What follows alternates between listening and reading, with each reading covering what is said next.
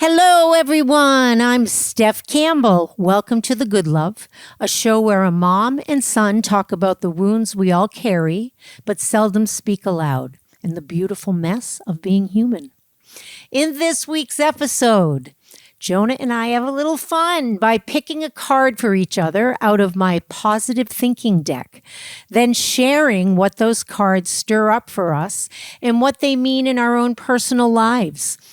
We then naturally glide into the topic of parenting, and I share some of what I believe to be true about raising a human through every phase of life. Jonah, in turn, shares what it's like to be the human being raised, making for a heartfelt conversation from both sides of the parent-child relationship. Let's dive in. Sometimes you gotta fail, taste the ground, and rise again for the good love to come along.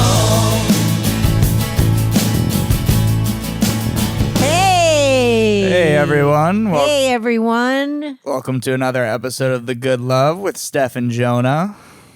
She's Steph, I'm Jonah, in case you don't know at this point. I like to call myself Steph. Normally she only does that in her head, but I guess today it's coming out. And you're Jonah. I'm Jonah. Jonah. Although I had many nicknames when I was a child that were not Jonah. Some he made up himself. He would go through phases. Like he was Theodore once when he was real little. Yep, sharp tooth. Sharp tooth. And he'd walk around. This is when he was really into T-Rexes. And he'd walk around everywhere he went. He would have his claws out. And he had the cutest little face. I wanted to put some whipped cream and a cherry on and just eat up. It was so cute. Still have that face, by the way. And all you'd have to... we got to make you some humble pie later. And all you had to say to him would be, Jonah, do T-Rex. And like in a second, he'd go, and he'd make the face. And he could take character. You could have been an actor, honey, and a pro ball player. You never did tell that story last week of when we were talking about... how you could be whatever you wanted, and I said you could. Oh, with like the basketball camp? Do you want to tell that quick? Sure. You look very handsome. Oh, thank you. Yeah. Color from the sun. Color, and your hair's all windblown. Isn't my son handsome? Oh, thank you. Thank you. Go ahead. Just tell the quick story. We were talking about, I can't remember what we were talking about last week, but I had said that was a worthy story. Yeah, I was 9 years old, and I went to basketball camp. Free throw. Sorry, go. I went to basketball camp, and I had been playing hockey for a few years and had sort of stepped away from basketball, but decided I wanted to go to basketball camp. And they had a week-long free throw shooting contest. You shot 10 free throws every day. So you had 50 by the end of the week, and then whoever had the best percentage for each age group won a trophy. And so I hit the most free throws because that's all I could do in basketball was shoot free throws.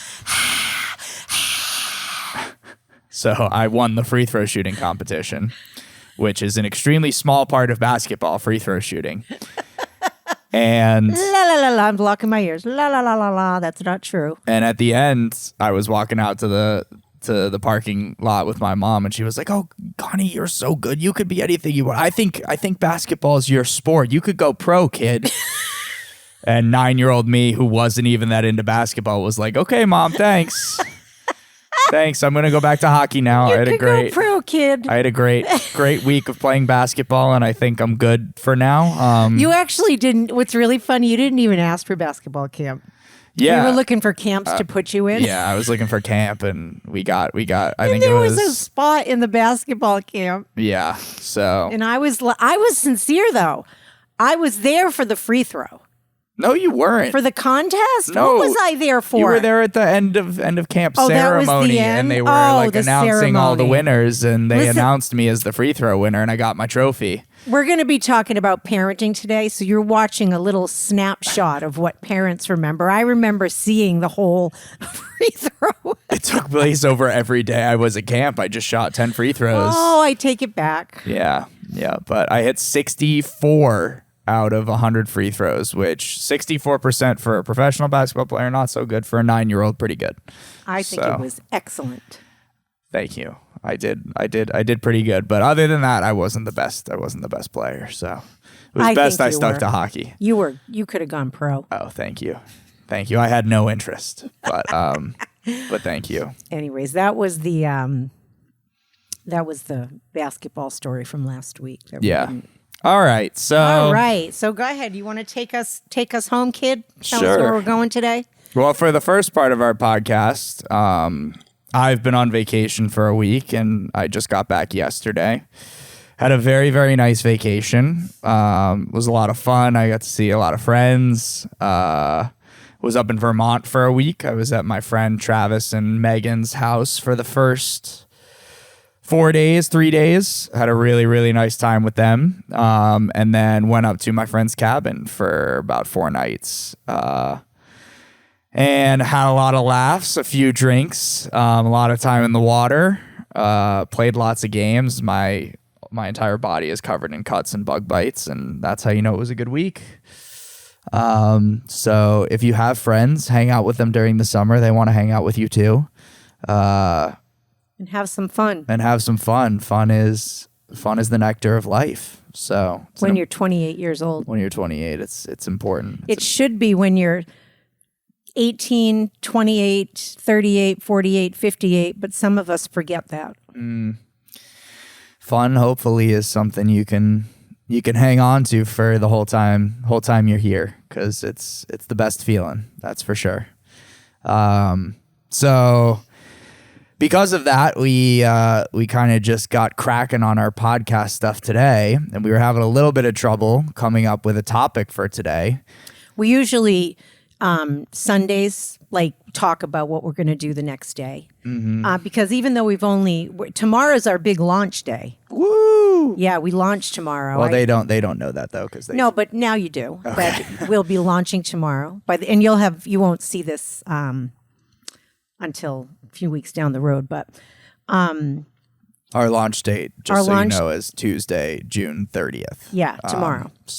But it won't be tomorrow for them. It's only tomorrow for when we're recording it. It's always tomorrow. So, yes, we normally take care of our business ahead of time. That's what I was saying, on Sundays. Mm-hmm. But Jonah was away, and last night... Oh, you didn't come home last night. Yeah. He stayed at Marissa's, his girlfriend's. So we didn't have a chance. So today... And I was just flat out. I had to get something in today. And I didn't know if I was going to be in the space to even do this frickin' thing. I was in a bad way, 15 minutes ago. And I pulled myself together. So here we are. We've turned it around for you guys. Turned it around for Podcastville. So we were struggling to come up with a topic a little bit, bouncing around some ideas, and my mom had the lovely idea to draw some cards from her, what is it, your positivity deck? It's a it's a positivity deck. It's actually from Tango Bird Publishing, and they're cards you can pick, and they give you an affirmation. And in my experience, as a 35-year-old woman, in my experience, 35-year-old plus, affirmations are dead and lifeless if you don't stop to feel the energy of them. If you don't really reconsider your current opinion about yourself, which is daily work for me, truly. They are empty and meaningless. So I literally carry a deck around with me, and I pick them as I need them. I usually have those in my pocketbook. I know. And I pick them as I need them, especially when I'm sitting in loads of traffic and I literally want to gun it and ram the frickin' person in front of me, and instead I breathe and I pick a card, and I try and feel what that card has brought me. Is what I did. And that's why she hasn't rammed anyone. That's why I'm not in jail for ramming anyone up the ass on 93 North in traffic. It's true. I'm actually, if I could say this, I'm impressed with the human race in traffic because in this area, the Boston area, it is insane. When I was growing up, traffic only happened during rush hour. Morning and night, it is 24/7 pretty much at this point. And people are very well behaved. I mean, they suck, don't get me wrong. People cut people off. You can feel the tensions rising because oftentimes people don't want to let people in, but sometimes they do. And really, people are well behaved. It should be a lot crazier than it is if you think about it. Because people are being driven crazy in this area right now from traffic. So shout out to the human beings who I sit in traffic with every day in 93 North, sometimes on 95 North, who are behaving yourselves and keep up the good work. Seriously. Ooh. Be a masshole, not a mass murderer. Yeah, be a masshole. Not go. a mass murderer. There you go. So Anywho. Affirmations. My mom told me to pick 2. And For me. He picked 2 for me and I picked 2 for him. This will be a great place to slide into our second half on parenting because you picked him for me and I picked him for you. do you want me to start with yours and we can talk about those and then, or do you want to do 1 and 1? What do you think? You call it. Sure, we'll do 1 and 1. So All right. I'll start the first one for you. So the first one that I picked for my mom. And then we can talk about how she feels about it, and then I can talk about how I feel about it for her. Okay. The first affirmation is my existence pays for itself. So Woo! it's a good one. It's a good one. It's a good one for many, many reasons. It talks about value. It talks about worth. It talks about not owing anyone anything. But what do you feel when you hear that? I feel when I hear that my existence pays for itself. Well, Jonah and I got to talk a little bit about this before we started rolling today. And you brought up, I'm probably not going to do it justice, but you brought up how pretty much people can do what they want as long as they're not harming others. And that includes murder, rape. I asked if you also meant emotional harm, and you said yes. Intentional emotional harm. And other than when we are insane and hurting others, my existence pays for itself. This is just coming to me. Means mind your own fucking business. Mind your own fucking business. If I am doing the best I can, if I am paying my taxes, making an honest living, or sometimes not everybody's making an honest living. We are human beings and flawed.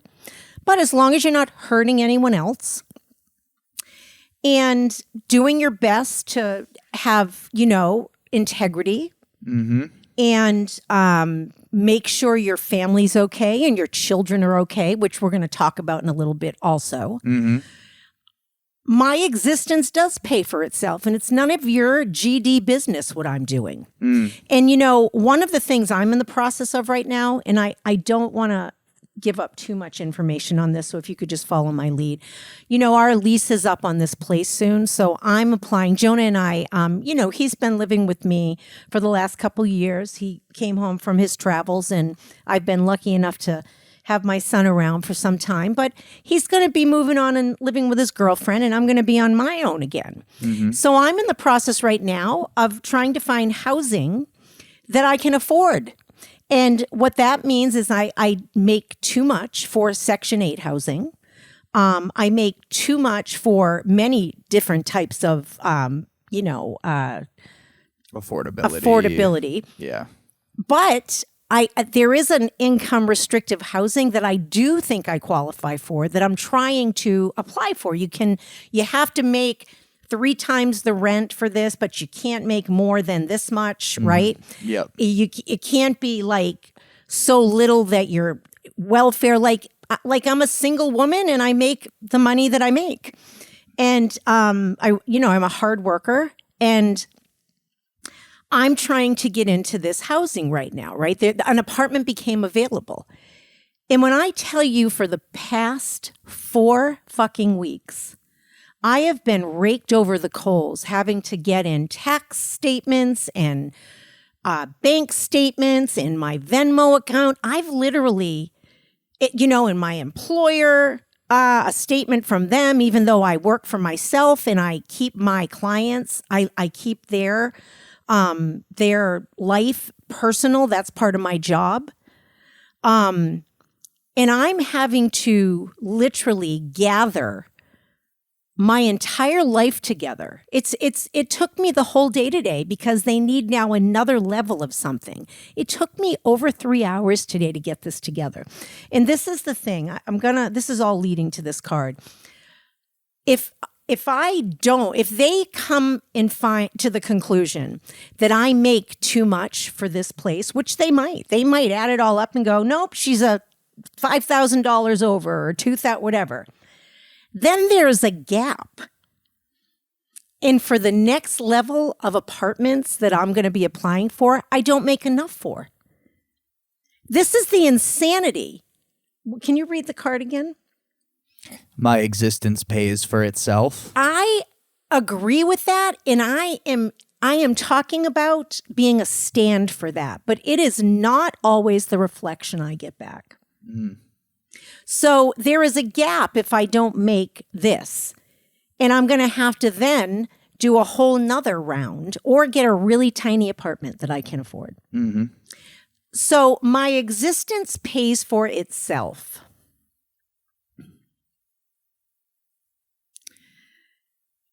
Listen, I've been doing this work for, if we count in my young teen years with my family, 46 years. And I have grown leaps and bounds. And I'm a deep believer in self-development work and in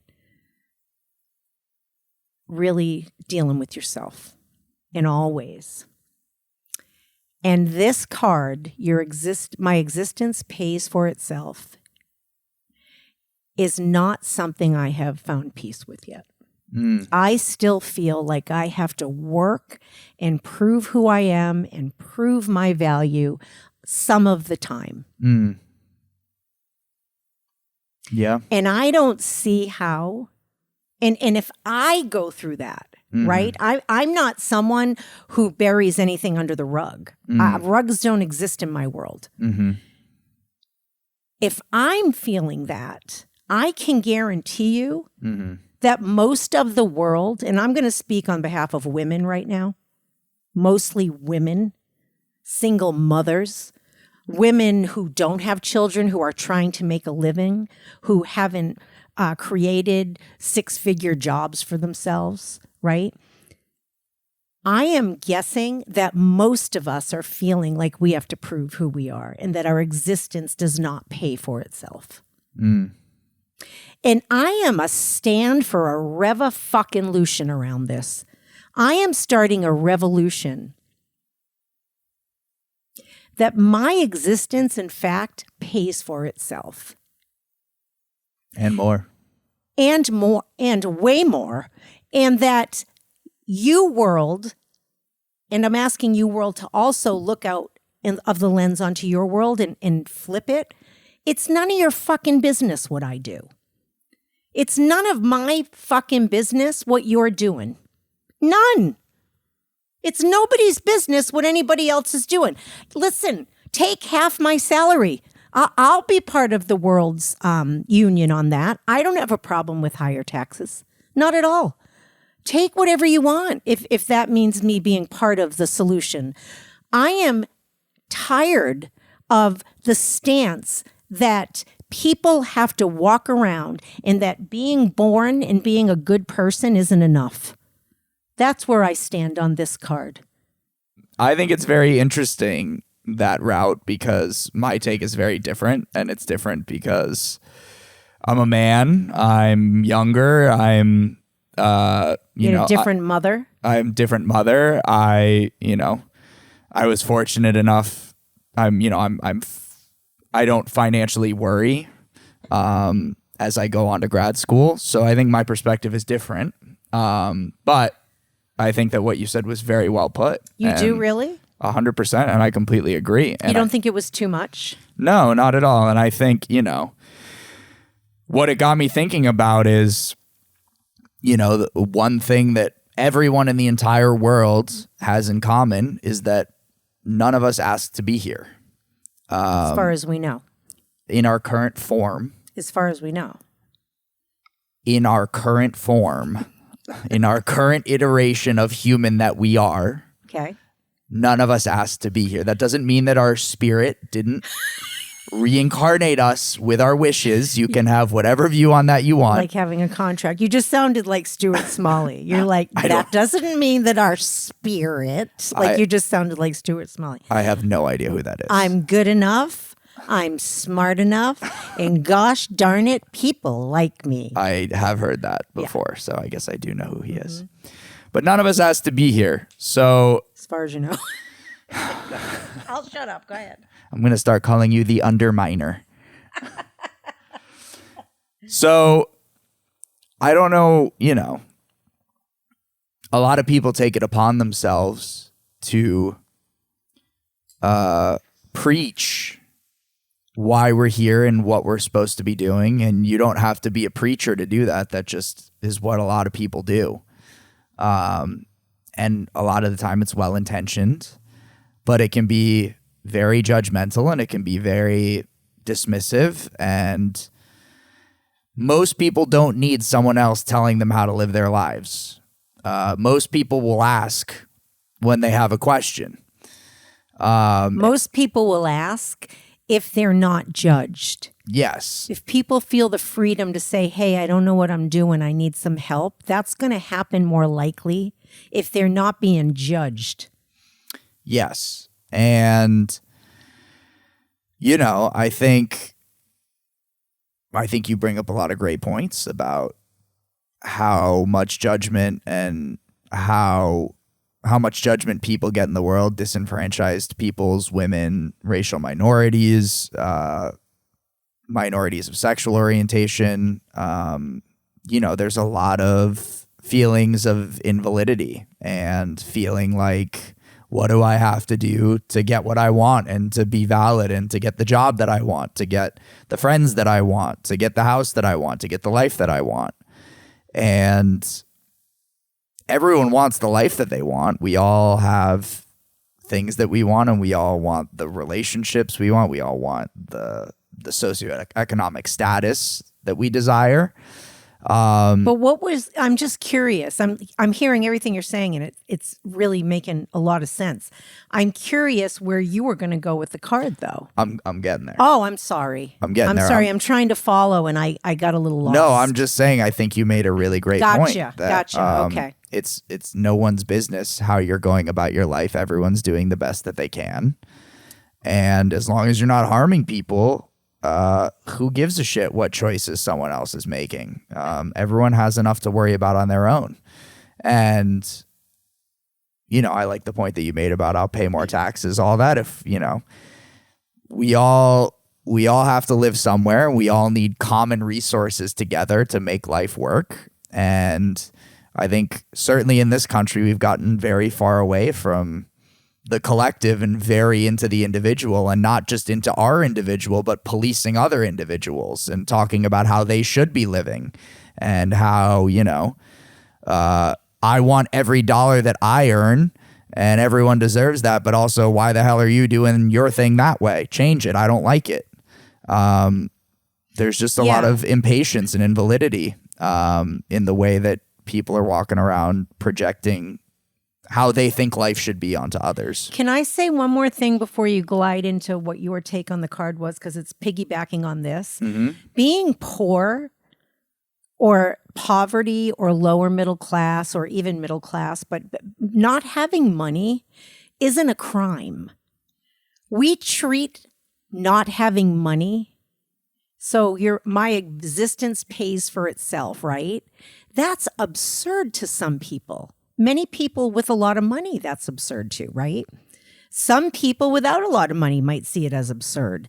But being poor isn't a crime, and it's not as black and white as you think. It's not all education. It's not, it goes back and back and back, years and lineages and familial beliefs.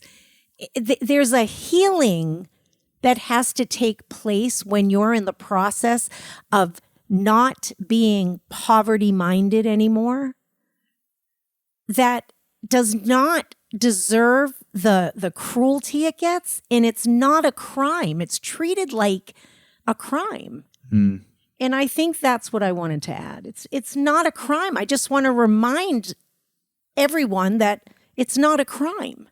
Being homeless isn't a crime. Absolutely not, except where people have made it illegal now, which is... Yeah, it's really... Yeah. Anyways, go ahead. Go ahead. Do you know what that's from? No. Laverne and Shirley. Go ahead. All right. My Gen X will understand.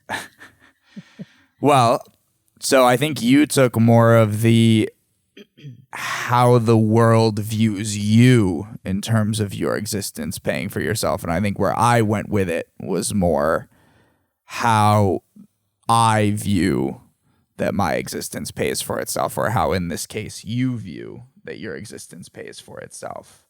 I think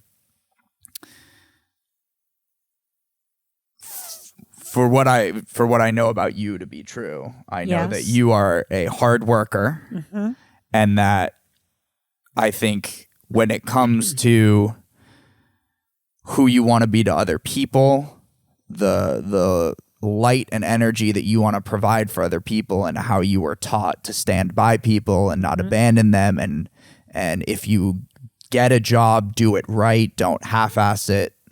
I think all things I stand for. I think that what I watch with you is sometimes you do more than is expected from anyone and still feel like it wasn't enough. Absolutely. And so my take for you on my existence pays for itself is more of a reminder to yourself that without even trying, you are already bringing positivity and light and change into the world. Aw. So without having to give out effort, without having to tally up all the things you've done right, like you're already a net positive contribution just by existing. What a lovely thing to say to your mom. And I think that that's a great reminder for yourself too, when you're, when you've had a long day at work and you're questioning whether your employers feel like you've done enough, because maybe you're having some feelings that you might not have accomplished what you wanted to that day, or questioning whether they're going to appreciate the quality of your work. It's a good moment to take a pause and say, you know what, actually, I showed up to work. I always do my job really well. I make people's lives better. I organize for them. I heal them spiritually. I listen to their problems. So just by being you and doing the things that you do, your existence pays for itself and more. Honey, thank you so much. I think one of the things I've been excited about for this podcast is that our relationship inherently will give people the opportunity to heal their own lives. And this is going to be one of those moments, because with the way I started with this, right? Like, mind your own fucking business, which I do mean. I don't take anything I said back. But my son just brought a whole different perspective to mind your own fucking business to my life. And really what I've been reeling in from, and you guys got a little bit of that leftover residual energy from my day. Some of that was projected out, because I have been feeling, by filling out this paperwork today and trying to get them all of the information they need so I can prove that I'm telling the truth, and you know what I'm saying, that I would be worthy of this apartment. I feel I forgot today.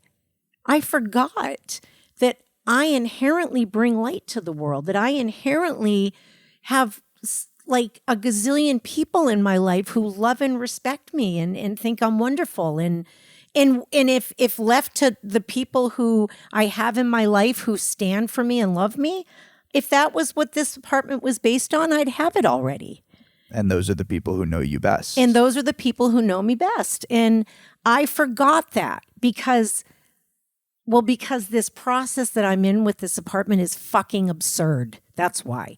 And it's actually enough to tip you over into insanity. Anyone. Yes. And I forget that I'm actually not the insane one in that situation. Yeah. I forget that, nope, this is an insane process. And in order to get the place that I'm looking at, I have to feed temporarily into the insanity, but I don't have to become insane. And you just reminded me that I became insane.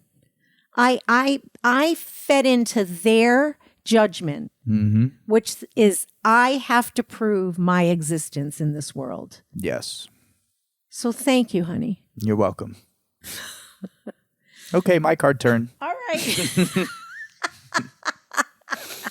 We'll take as much time with yours. All right. Which one do you want? Whichever one you picked first. All right. I can't remember which one that was. It was the... Oh, this is the one. I know. I already know. Okay. You're going to see a generational gap here. You're also going to see how loved my son has been in a minute. My son is so lovable. Well, thank you. Every day, my luck and blessings multiply. So mind you that we were picking cards, and Jonah picked that one for me, which was perfect. And I picked this one for Jonah. Every day, my luck and blessings multiply. I mean, that's generally how I feel. Really? I mean, you can pull back the curtain if you don't or when you don't. No, I mean, I love my life. I have great friends. I have wonderful parents. I have a wonderful girlfriend. I'm going to school to do the thing that I figured out I wanted to do. There are definitely time periods where I don't feel that way, but I tend to feel like my life averages out to a pretty linear upward trajectory. Every birthday I tend to look back and feel like the last year was kind of the best year, which I feel like is a really good barometer that things are going well.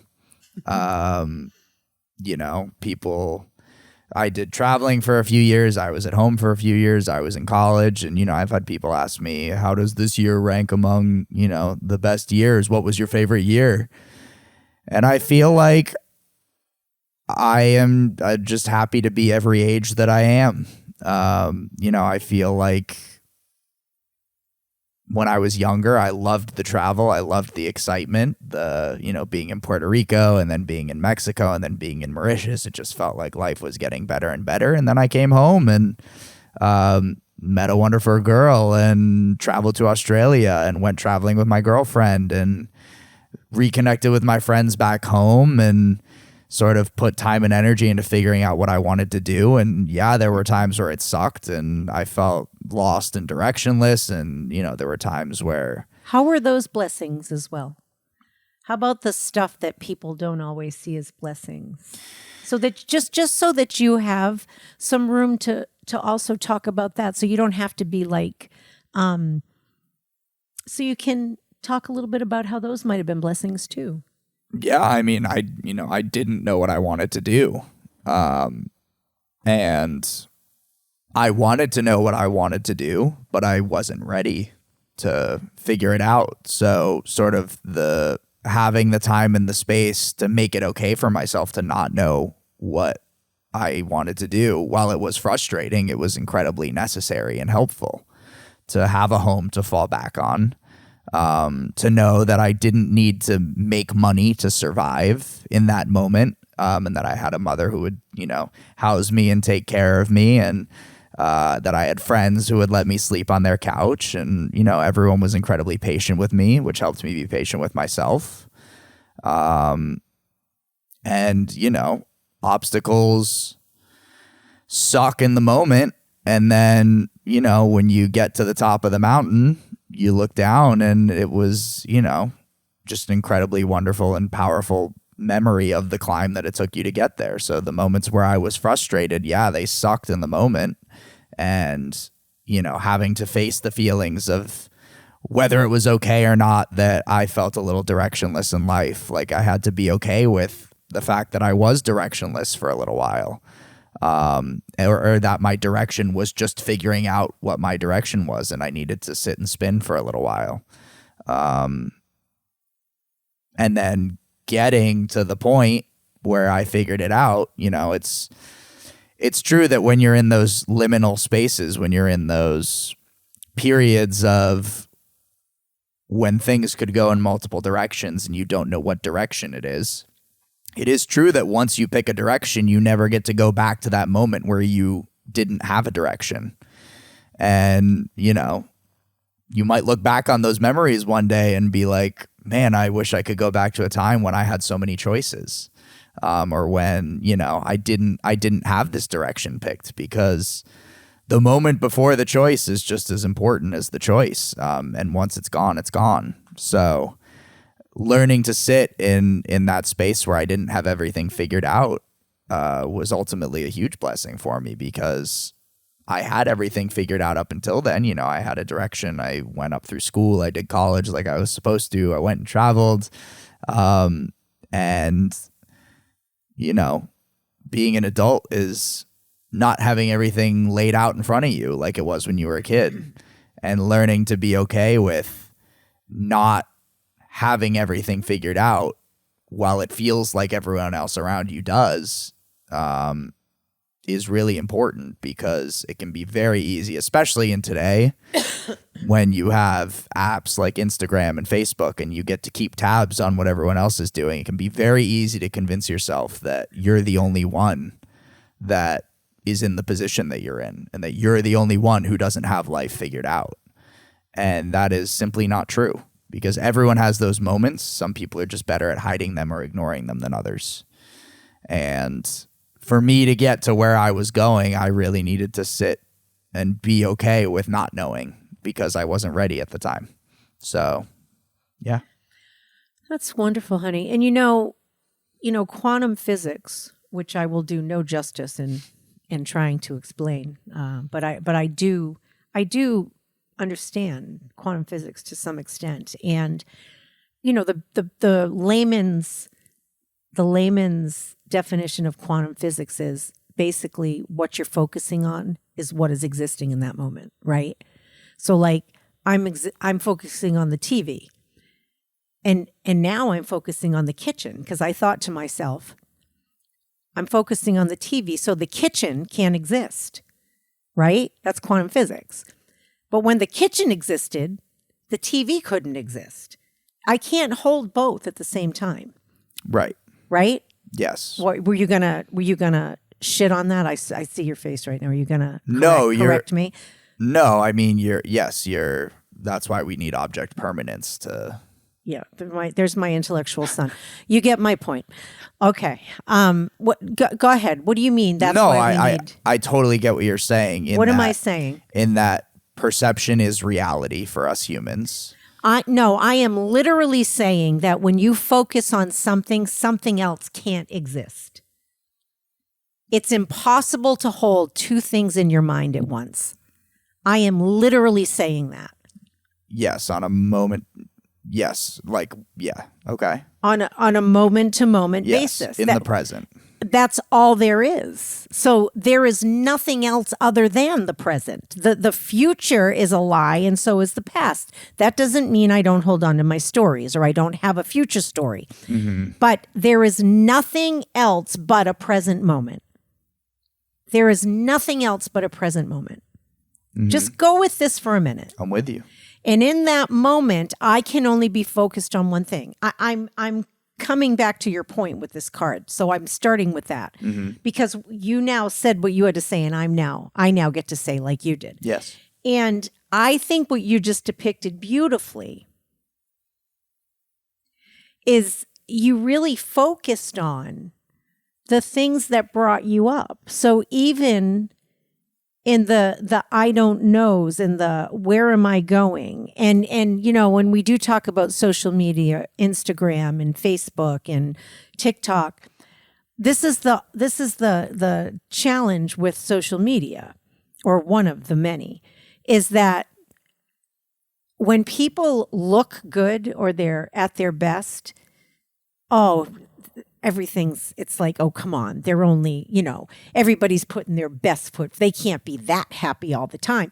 But the minute somebody goes, I am really pissed off and upset, it's like, just post your food.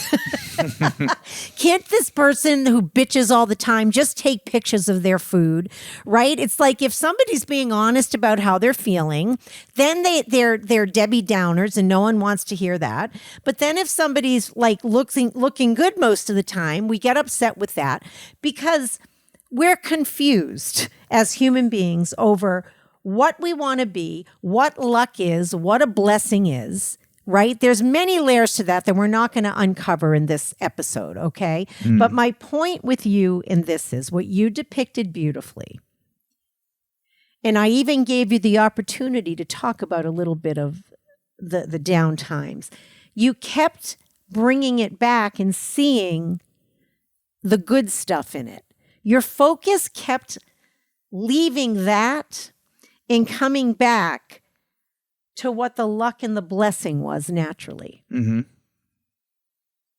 So this concept, every day my luck and blessings multiply, I believe that's part of the equation, is what we're focusing on multiplies. You with me? Now, I want to just interject this and then you can go to town again. But this is the thing. And we are going to talk a little bit about parenting today. You had a pretty good base, a pretty good launching point. Not perfect by any means. And Jonah talks about me often because, I'm his mom and I've been a really big part of his life. But his dad was pretty good too. And he had a pretty good dad too.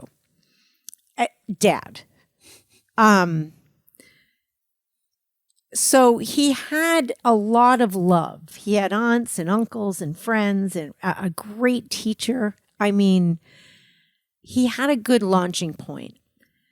Not everybody has that. So this every day, my luck and blessings multiply. Not only isn't it easy for everybody to get out of the rut of the ingrained stories we make up along our developmental years, not only is it hard to step out of that, we need people like you, Jonah, to remind us that it can happen. So the people who are on social media, who are looking good or who authentically have a good life for whatever reasons and have lots of blessings and luck coming into their lives, we need them. We don't want to poo-poo on them because they remind us that what we focus on grows. Again, poverty and bad luck and stepping into doo-doo every day of our lives is not a crime. It's not a life sentence, and it doesn't mean you're doing anything wrong. It just means you need to go get a therapist or join a group or do something a little bit different today that's going to get you out of bed and out of your depression and out of the things that aren't having luck and blessings multiply. I come from the era of the VCR. And we used to have those square tapes. And when those tapes, do you remember those? Oh, yeah. When we would stick a tape, what are those, a VHS? VHS, yeah. When you'd stick a VHS tape into the VCR and you'd press rewind, when the tape was done rewinding and it stopped, the tape kept rewinding. It would take 5 or 10 seconds to complete the cycle. That's this card.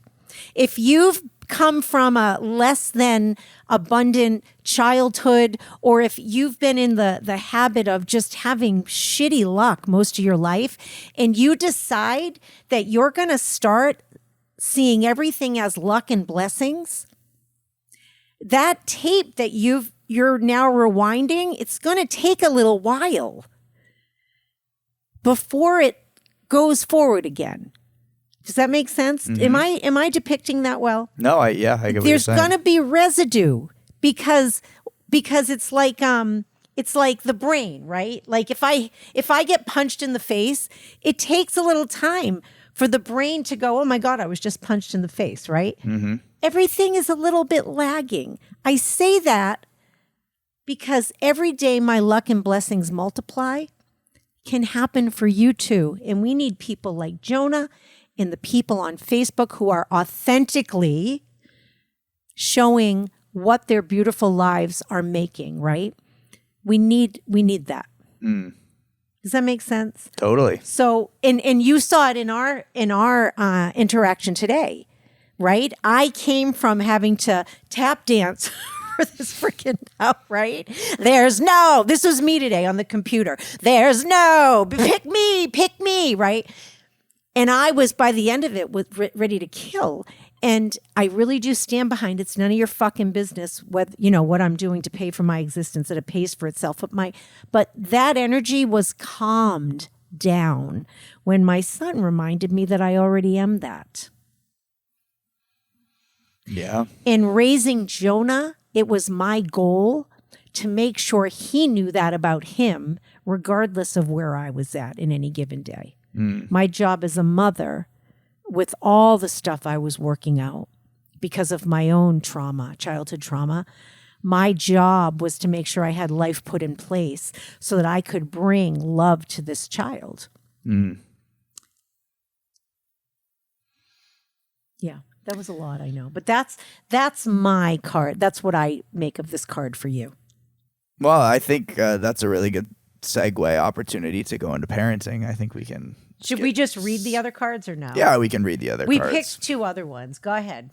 For my mom, it was my energy is expensive and exclusive. Say that again. My energy is expensive and exclusive. Yeah. So you got to get into the club if you want her energy. Yeah. Which Put them up. I think is a good thing for you to practice. I agree. My second one for Jonah, of course, this is what I picked. I live the life of my dreams because it was written in the stars for me. Sometimes it pays to have the stars on your side, I guess. I'm like a bird, I don't evaluate. Is that the words? Absolutely not. What's the word? I'm like a bird, I want to fly away. Oh, it's not I don't evaluate. How would that make sense? Well, because birds just fly and they're not evaluating and judging everything. They're just flying free. That is a complete projection onto a bird. I'm like a bird, I don't evaluate. I think that's actually a great point, is that's what my mom projects onto a bird. It's just a beautiful, carefree creature that's just flying around, floating in the wind. She's thinking, wouldn't it be nice to be a bird? And not evaluate anything. And really what's going on in bird's mind is food, food, food, food, fly, get away, food, food, nest, eggs, babies, food. What is it? I'm like a bird, what? I want to fly away. I'm like a bird, I want to fly away. I don't know where my soul is. I don't know where my home is. Birds know where their homes are. Is that the words, though? Yes, it is. Is that the words? Mm-hmm. Yeah, I think that's that's what we project onto birds. When they're actually very smart creatures who know where their homes are. Clearly, my son projects something else. And they evaluate. They evaluate where the food is, where the babies need to grow up. I was actually trying to think of the song "Written in the Stars." What's that one? Is that all? It's written in the stars. There's a song, a really good song about it being written in the stars. Yeah, I can't remember it right now. But anywho. Damn. I'm going to have to look it up. I think what you just said on parenting is a great point. Yeah, go for it, honey.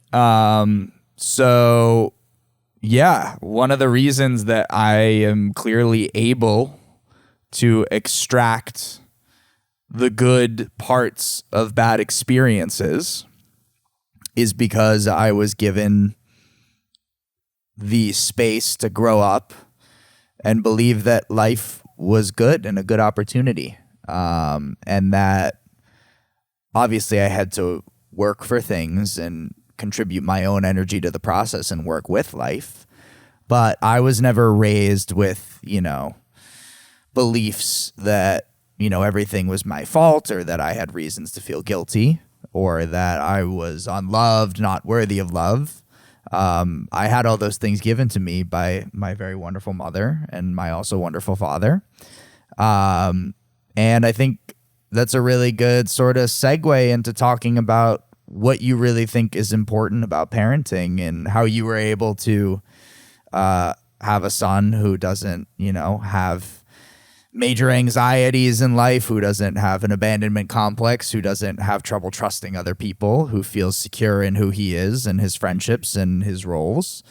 And especially coming from the situation that you came from as a child, how were you able to put what happened to you aside, make the decisions about what was crucial in raising a child, and then execute on that and do what was necessary to create a kid who was well-adjusted and willing to be a good adult in the world? Well, Jonah, I think what I first want to say is that I think this is an important subject to not get arrogant about.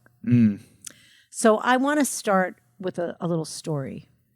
I did a program years and years and years ago at the Option Institute, and I was told a story. They were talking about parenting one day. And it was a story about these twins who grew up. They grew up in a household, a very, very traumatic early childhood trauma. Their parents had drug parties. They were drug lords.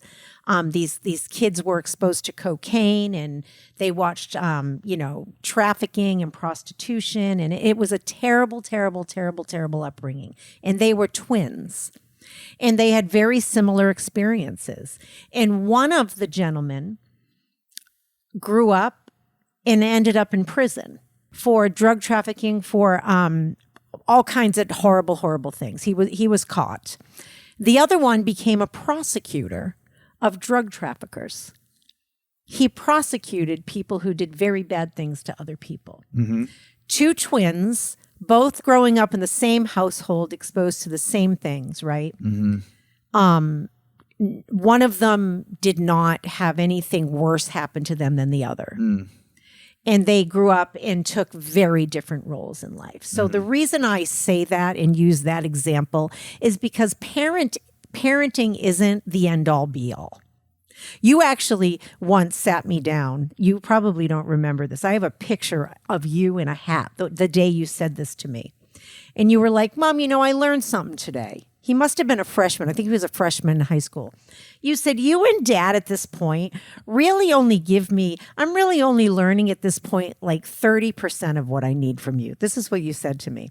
Then there's like 30% that I get from my teachers. And then you went down the ratios. And then there's my friends. And then there's the world.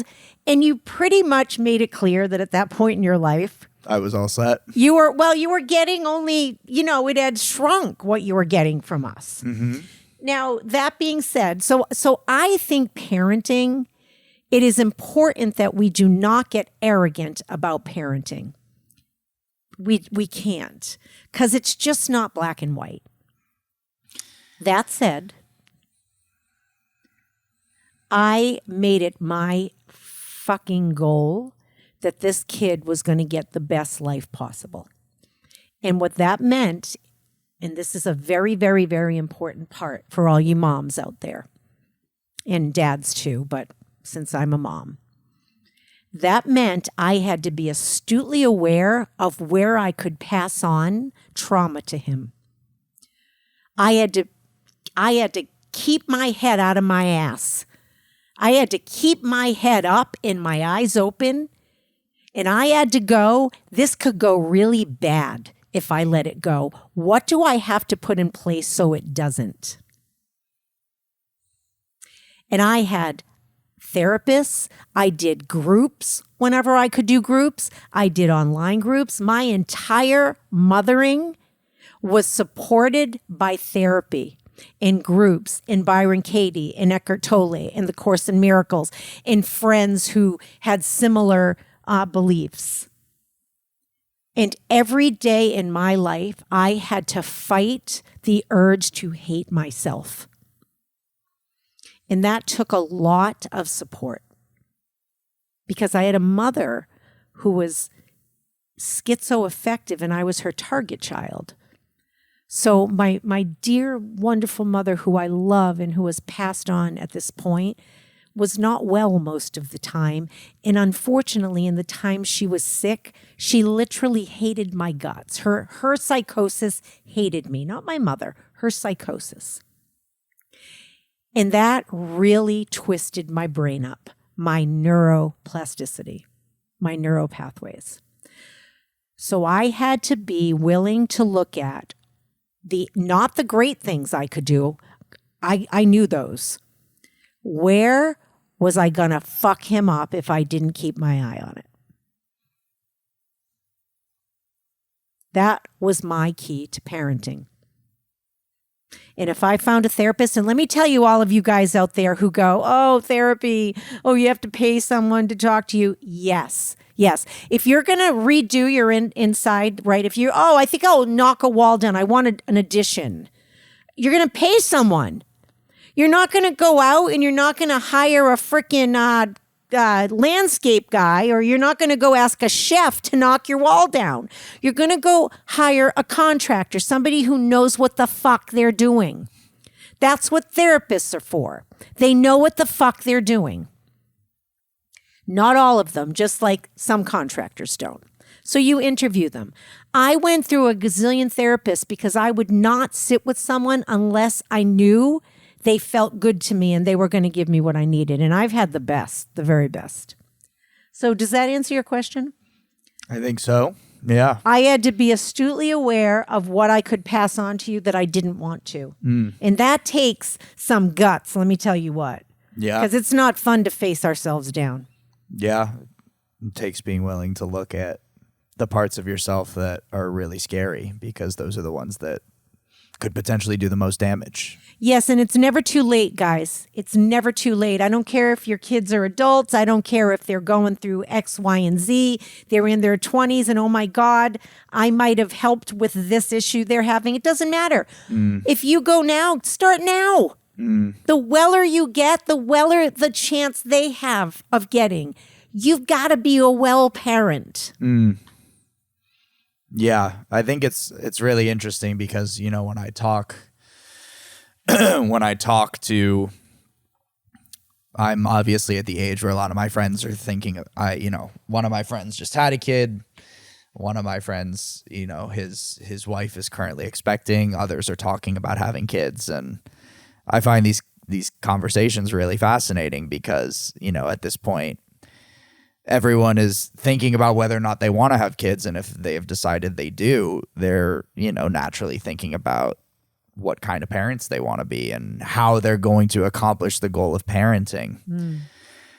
And, you know, most times I hear people talk about it, they always talk about, you know, what they don't want to do that their parents did, right? Well, how they want to do things differently, what they do want to do that their parents did, or what they don't want to do what their parents did. But I feel like it usually is coming from the perspective of they're thinking about what their parents were thinking when they did the things that they did and how it affected them as children, or how, you know, how if they did the things that their parents did, how it would affect their children.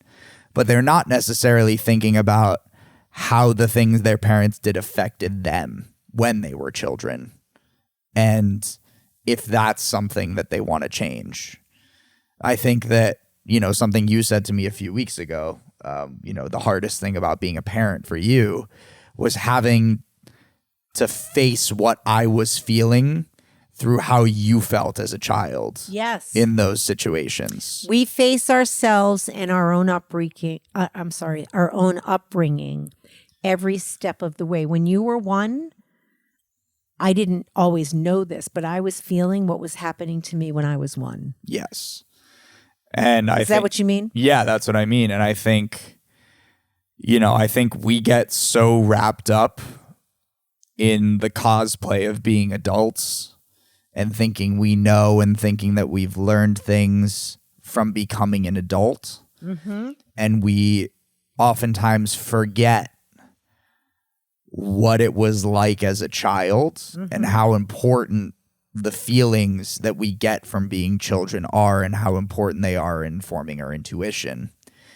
And so when you're thinking about the ways in which you might fuck up your child or traumatize your child, it's important to think about it from the perspective of a parent, but it's also extremely important to think about it from the perspective of the child and how you felt as a child when that happened to you and why you want your kid to feel different and what it's going to take. I think. Yeah. Don't think about it from the perspective of what should my parents have done different. Think about it from the perspective of what is best for me to do different so I can have my child not feel the feelings that I felt in that moment. Yeah, and I want to say one other thing to piggyback on that. If you are dealing with an addiction, because we all have coping mechanisms. Mine was food.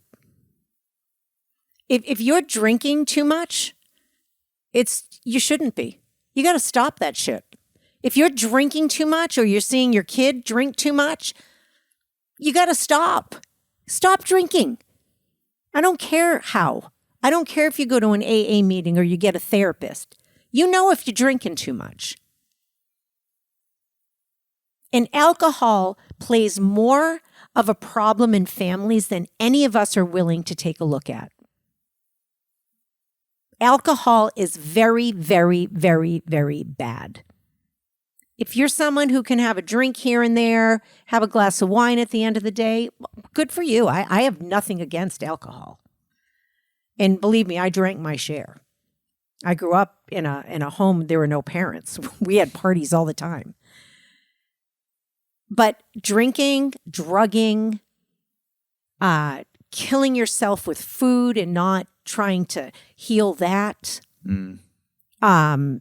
I could go down the list of coping mechanisms. They all matter. And if you're watching your kids drink too much, you might have drank too much. It might be an issue in your family. I know with Jonah, I have talked to him several times about alcoholism, probably ad nauseum. And I don't know if that's going to end up being a problem for you or not. I'm not saying it is or isn't. I'm not judging. I'm saying my responsibility as a parent is to keep my own addictions in check and to let Jonah know that he has it in the family. And if he ever finds himself in a position where he feels like he's drinking too much or not taking care of his body, his grandfather, my father, who I love very much, dropped dead from a heart attack at 41 years old. I was 15. He was close to 400 pounds. Maybe he was over that at that point. He was huge. Yeah. 6'3". He was a football player, and he blew his heart up with alcohol and drugs and food. So Jonah's got it in his family. He's got to, keep his eye on his own body. If you find, this is my responsibility as a parent, is to heal my own life and to alert my son to the possibilities that he may be facing at some point. I say that because I never want you to feel like you have to be a perfect specimen. I know.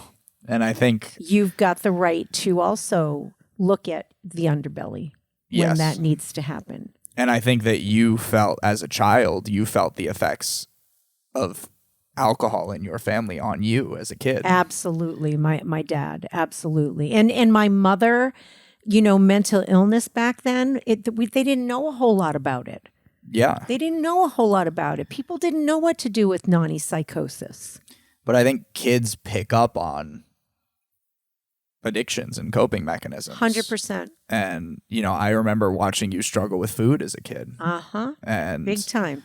I was over 300 pounds yeah. at one point. My triglycerides at one point in my life, at my heaviest weight, in my 30s, by the way, I was young, were over 1,700. My tests are all in the green at this point. Yeah. It's amazing. It's a miracle. But kids pick up on everything.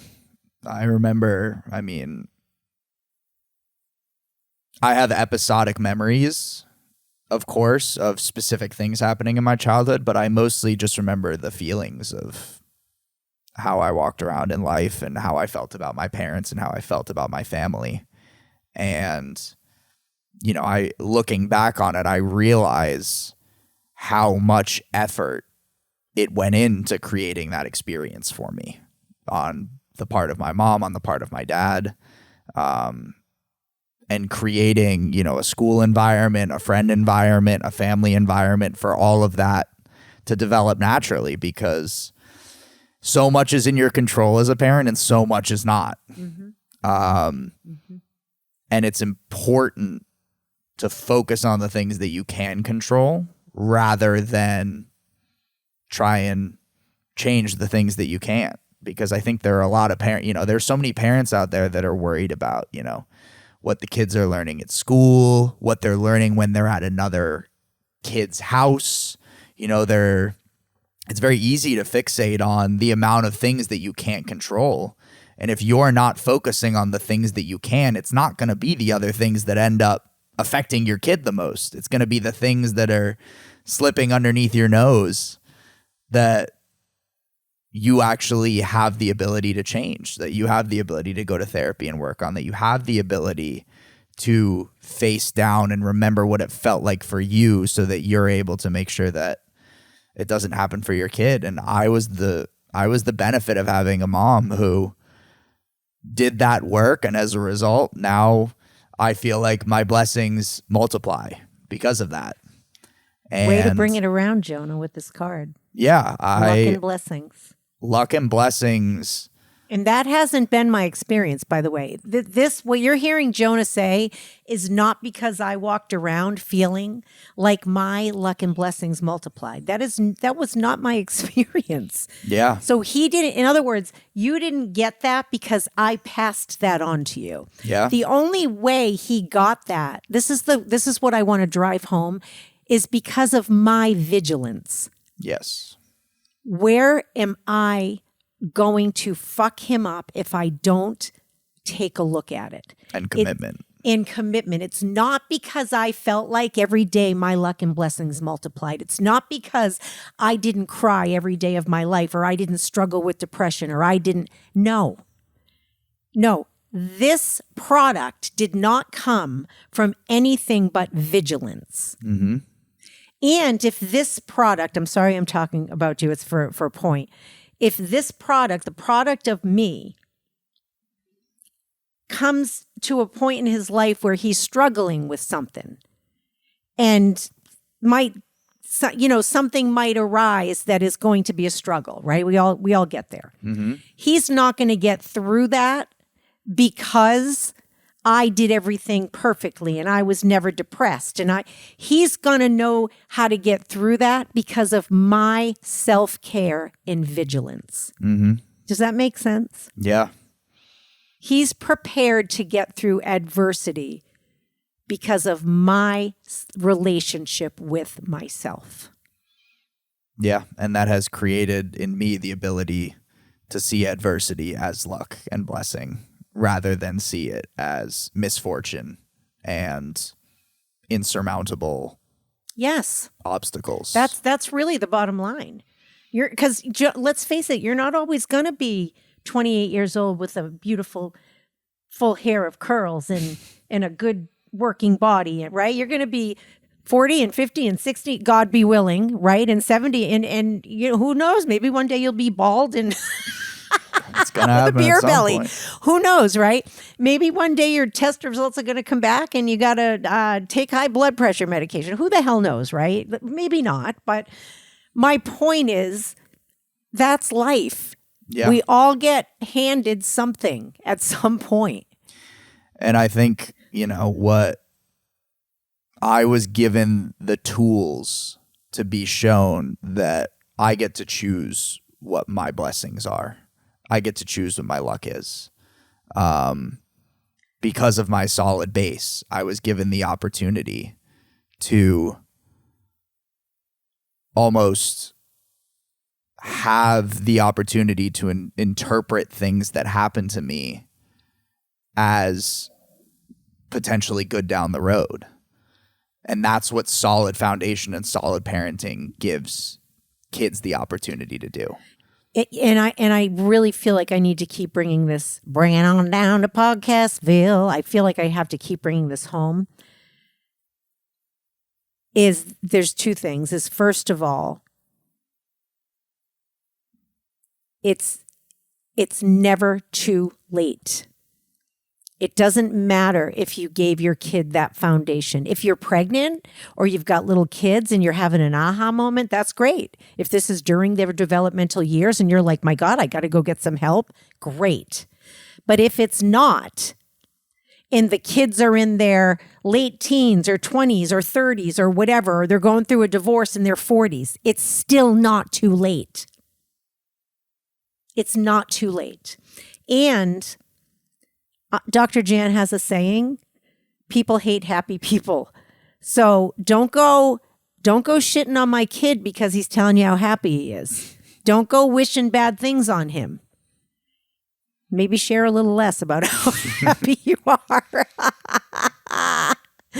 Don't go shitting on him because you're going to have to deal with this mama bear, okay? And I'm not as happy as him. Anyways.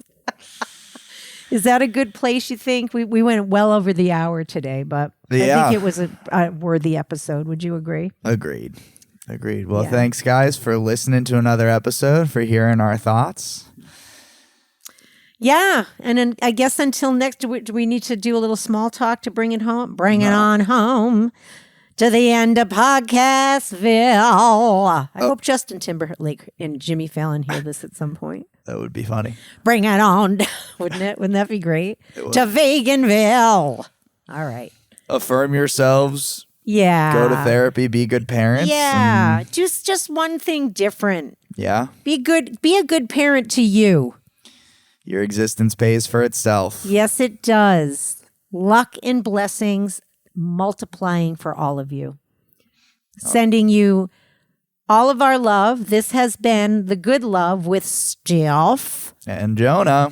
Until next time, our friends. Until next time. Mwah!